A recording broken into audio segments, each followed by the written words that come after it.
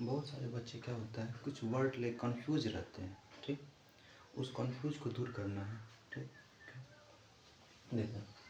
देखिए कैसे होता है, जैसे हम कुछ कोई काम करते हैं, काम करते कैसे काम करते हैं, तो दिल खोल कर काम करते हैं। जब हम कोई काम करेंगे दिल खोल के काम करते हैं तो वहाँ पर क्या कहेंगे, यू आर फ्री। क्या करेंगे, लिखेंगे यू आर फ्री, यानी हमको क्या कोई काम बहुत मन लग रहा है, ठीक। जैसे यहाँ पर फर्स्ट सेंटेंस है, दिल खोल कर खाओ, you are free to eat, दिल खोल कर खाओ।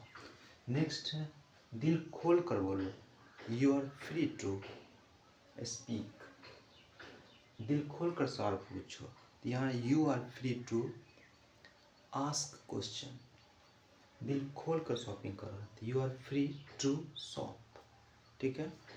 इसी तरह एक सेंटेंस है, उसका आंसर आप लोगों को देना है, क्या है, दिल खोल कर नाचो, ठीक। इसका आंसर कमेंट में जरूर लिखें। वीडियो अच्छा लगे तो लाइक एंड सब्सक्राइब जरूर करें।